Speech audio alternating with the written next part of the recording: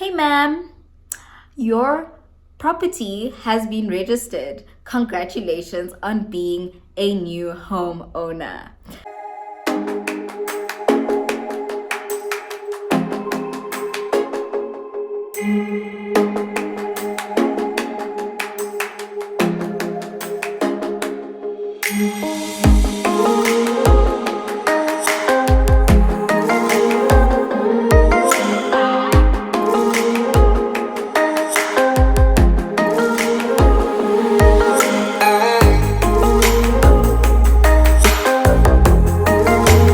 Hi everybody, welcome to my channel. If you are new here, welcome. And if you are a returning subscriber, welcome back. It's great to have you in my little corner of YouTube where we speak all things adulting, faith, and lifestyle. Before we get started, make sure to hit that subscribe button. That red button must turn gray. Give this video a massive thumbs up if you enjoyed it. Comment down below what you enjoyed about the video and what other videos you'd like to see, maybe with similar topics. Turn on those notification bells so that you do not miss another video. And last but not least, share this with anybody and everybody who you think might need it. So without wasting any more time, let us get straight into today's video.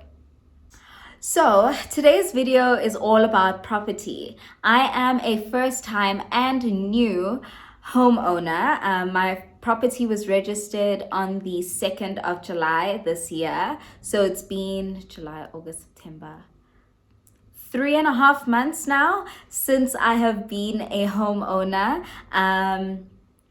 And yeah, I think it's pretty big to have achieved at my age, and that's why I stand proudly as a homeowner. I am only 22, so to be able to say that I bought my first property at 22 is massive in my opinion. To some of you it might not be, but to me it is a great thing. So I want to take you guys through the step-by-step process that I went through to buy my first property.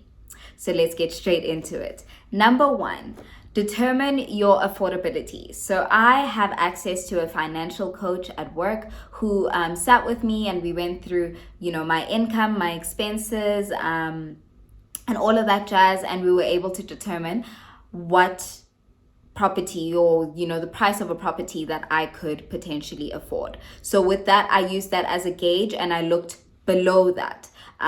Personally, I feel like the amount that she said I could afford was way above my means. But I looked at that as the gauge and said, I'm not going above this. So that is the first thing I did. However, if you don't have access to a financial coach like I do at work, then you can just go onto Uber.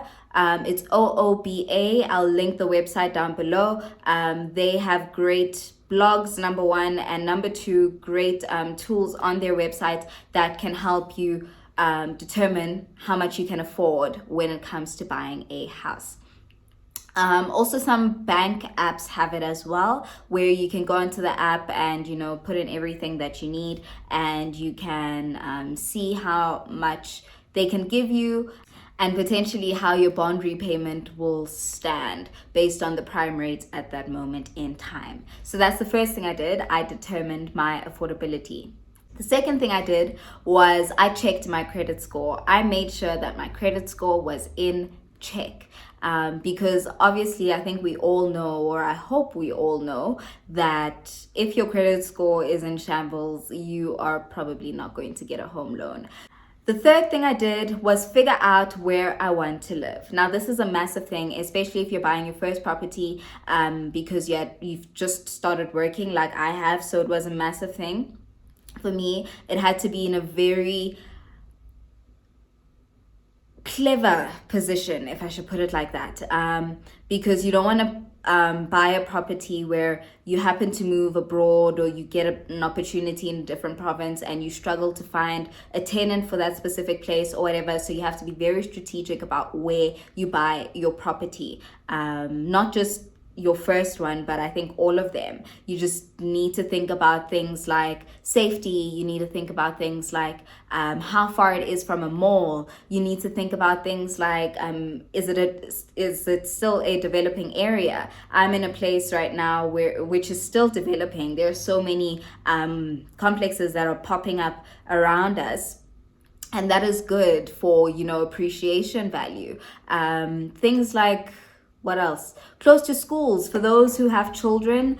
Close to schools, close to work. I don't know if I've mentioned work, but there are so many factors that you need to think about when choosing where you want to stay. The next thing I did was go onto Property 24. For some people, you can just go straight to a property agent and tell them what you want and they can help you look. But I went onto Property 24. I felt like that was the easiest thing. And I started looking in the areas that I wanted.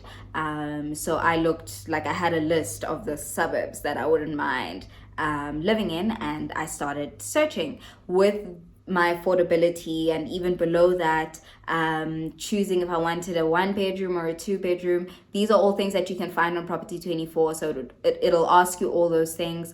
Number 5, I called a few agents that were linked to the properties that I liked, and I viewed a few houses.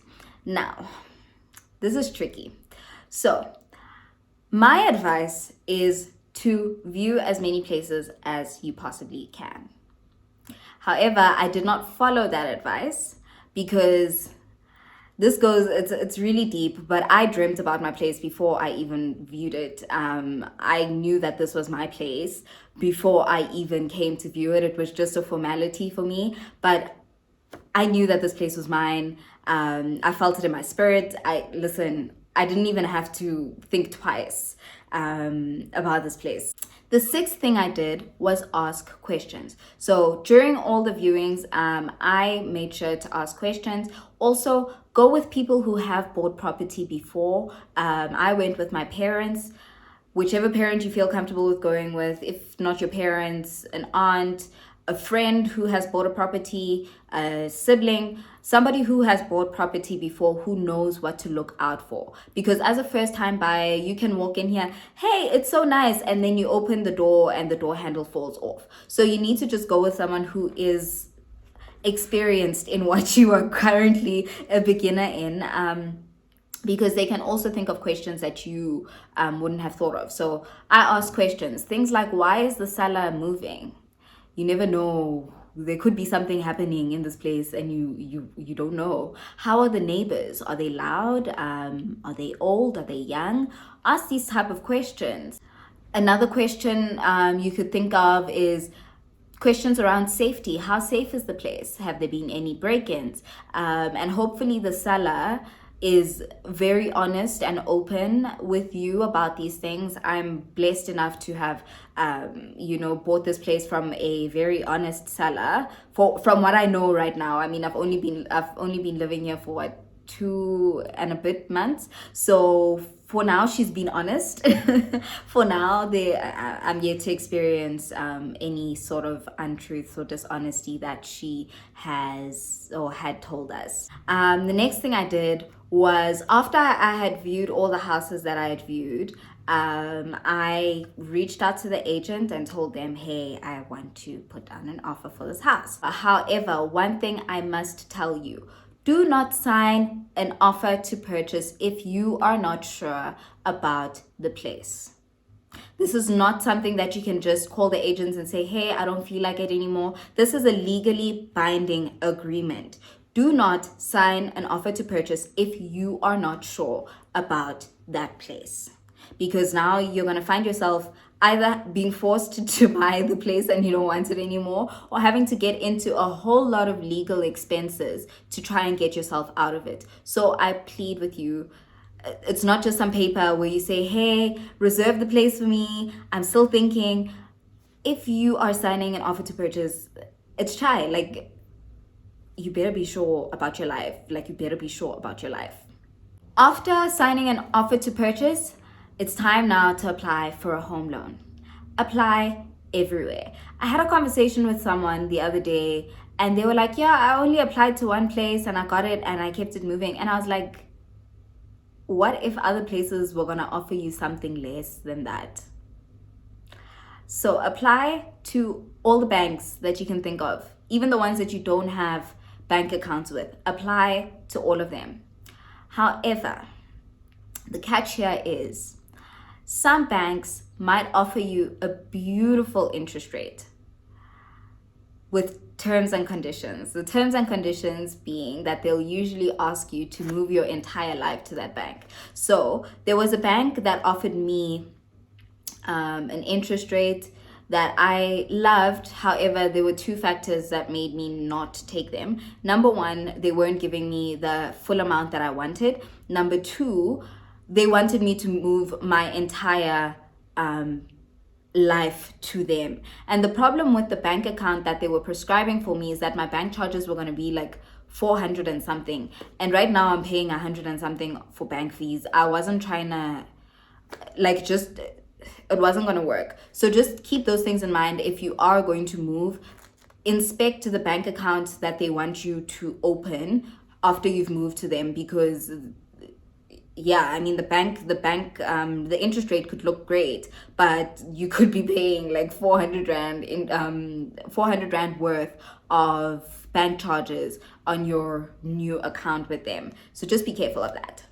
Another thing that you must think about after your home loan is some sort of insurance on your life. I didn't know this. I learned it along the way, but they will probably tell you to get some sort of insurance, whether it is life insurance or homeowners insurance. I'll get into those in a future video. However, you have the option to, choose whichever one. You aren't forced to take homeowners insurance with the bank that is giving you the home loan. You are able to choose to take life insurance with another institution. Then number 9, I think it's number 9, you close the deal. You've signed your OTP, you've got your home loan, the home loan has been granted. Now the deal is closed. Like it's closed now, it's time. The wheels are moving, At this point, the transfer attorneys that are facilitating the whole transfer of your house will probably reach out to you. These attorneys are from the seller's side of things and the agent side of things. So you don't get to choose the attorneys. You just go with whichever attorneys they choose. They will send you an email. With me, I think they called me and then I missed the call and they sent me an email, all of that jazz. But they will then, as soon as your home loan is granted, they'll call you and tell you to come in because they've drawn up the transfer papers and all of that stuff, and you will then sign the transfer papers. And if you are paying for your transfer fees cash, in that moment after you've signed, you'll pay them, or you can just make an arrangement. If you've included your transfer fees into your home loan, then the bank will sort it out for you. I feel like I've been talking a lot now. So, depending on the bank that you're with as well, they will assign a bond attorney to you that works in their home loan department. So, with this, there'll be a thing where, with me, I had to connect to the transfer attorneys and the bond attorneys. So, as soon as I was assigned a bond attorney, the transfer attorney, I gave the transfer attorneys the bond attorney's contact details, and they spoke, exchanged documents and whatever. And a week or two after connecting the two different attorneys, they called me and said I should come in. I'm glad that the place was very close to home, as opposed to the transfer attorneys where I had to go, I think it was 4 ways, but at least the bond attorneys, they were in Edenvale, Amelia, somewhere there. And I went in. It was a very quick process to sign the bond papers, and they were very excited because I was one of the youngest people they had ever facilitated the sale of. So that was really awesome. I don't think I'll ever forget them. So that's that. So you'll go in and sign your bond papers. You'll sign your bond papers, and just like with the transfer fees, if you're paying your fees cash, you'll pay them at that point. If you're not, then, if you're paying them in the home loan, then that'll be sorted out. The last thing I did after that was stay put. Now, there's no more signing, there's none of that. Your documents are going to the deeds office. They'll be lodging that for you. They'll be lodging your bond things for you and all of that jazz. And that took a long time for me because the deeds office that they chose kept closing and opening because of cases, COVID cases being, found at the office and all of that jazz. So that took longer than it should have for me. But yeah, for some people it's really quick. So yeah, that's that. I stayed put, and then I got an email on the 2nd of July saying, "Hey ma'am, your property has been registered. Congratulations on being a new homeowner and a first-time homeowner." Like, I remember just praise breaking. I got the email while I was at work, and I went to the bathroom and I just started praying. I was just like, "Thank you, Jesus. This is finally happening." It was a goal of mine, has been a goal of mine since I think I was in high school, to buy a house before I turned 23, and here it was. Thank you, Jesus, for being faithful. That was me for like a good 10 minutes in the bathroom. I don't know where those people thought I went, but it is what it is. So yeah. And then I wish it was time to move in. So my house got registered on the 2nd of July, but the seller couldn't move out. She hadn't secured a place yet. So I had to stay home for another month, which was fine. But yeah, then things like occupational rent came into play and all of that jazz, because I own it now. Pay me, because in a nutshell, that is the home buying process that I went through. If yours was a bit different, comment down below how different yours was. Maybe you went through other processes that I didn't mention. But yeah, in future videos, we'll speak about the types of costs that you need to think about, especially when it comes to the transfer and bond costs, as well as moving costs that you need to think about as well. But yeah, I'm gonna end it off here today. Before we close off, make sure to subscribe. That red button must turn gray. Give this video a massive thumbs up if you enjoyed it. Comment down below what you liked about today's video and what other home-based or property-based videos you'd like to see. Share this with anybody and everybody who may need it. And lastly, turn on those notification bells so that you do not miss another video. And with that, with so much love and so much light from me to you, have an amazing rest of the day and stay safe. Bye guys.